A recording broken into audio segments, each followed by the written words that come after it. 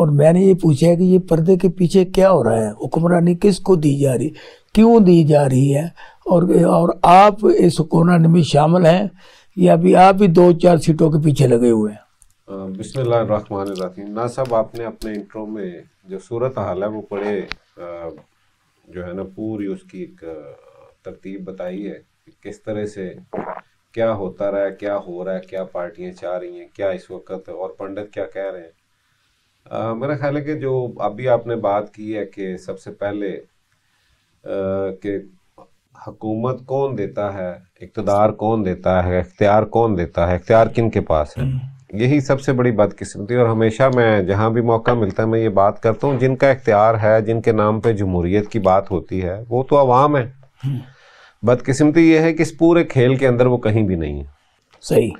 उनका कहीं भी कोई वजूद इसलिए नहीं है कि ना तो कभी उनके वोट की कदर की गई है, बल्कि उनको सिर्फ नारों पे रखा गया है। और आज तक आप देखें कि हर दौर में अच्छे से अच्छे नारे जो है ना,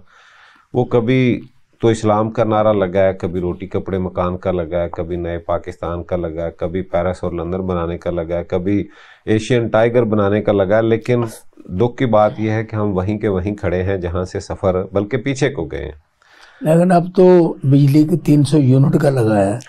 और पेट्रोल मोटरसाइकिलों को आधा देने का, आधी कीमत पर देने का लगा है।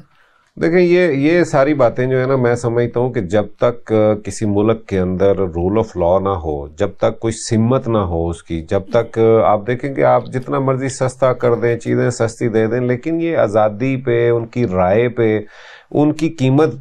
ये तो नहीं हो सकती चीज़ें। ये तो उनका वैसे हक है। देखिए, अगर गौर करें तो आवाम का तो ये बुनियादी हक है। तो इसके बदले में आप ये कहें कि भी आपकी जो है ना वो राय भी हम छीन लें, आपका जो है वो नज़रिया, आपकी राय, आपकी कुछ बात ही ना हो, जो हम चाहें वो हो। एक बंदे को एक टाइम में, जैसे आपने कहा कि एक ज़माने में वो मुजरम होता है, दूसरे ज़माने में वो महरम होता है, एक वक्त में उसको जनाब जेलों के अंदर